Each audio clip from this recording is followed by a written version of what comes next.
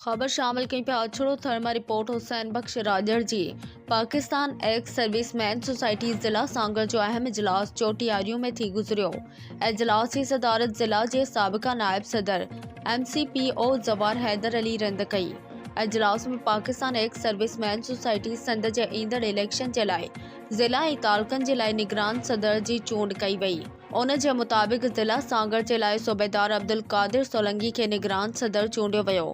इजलास में खिपरो मां सूबेदार हाजी अब्दुल रशीद नाइक, शेर अली कुंबर नायब सूबेदार अमीर बख्श चानियो, शहदादपुर मां नायब सूबेदार परवेज़ इकबाल आरई, महमूद हुसैन आरई, निसार अहमद साजिदी, अब्दुल कादिर डायरी, सूबेदार अली असगर जलबानी, दिलदार अली जरदारी, खादिम रिंद, मीर मोहम्मद रिंद, गुलाम अब्बास रिंद, गुलजार रिंद, अब्दुल हुसैन मंगी, संजोरो मां नायब सूबेदार खुदा बख्श खसकली, नायब सूबेदार मलक शौकत, हवलदार कासिम जत, लायंस नायक नयाज बलेदी, सांगर मां मुनीर बलोच, राणा अब्दुल रशीद, गुलाम हैदर लिगारी, रहमतुल्लाह संजरानी समेत रिटायर ऑफिसरन ऐं जवाननि जी वॾी अक्सरियत शिरकत कई।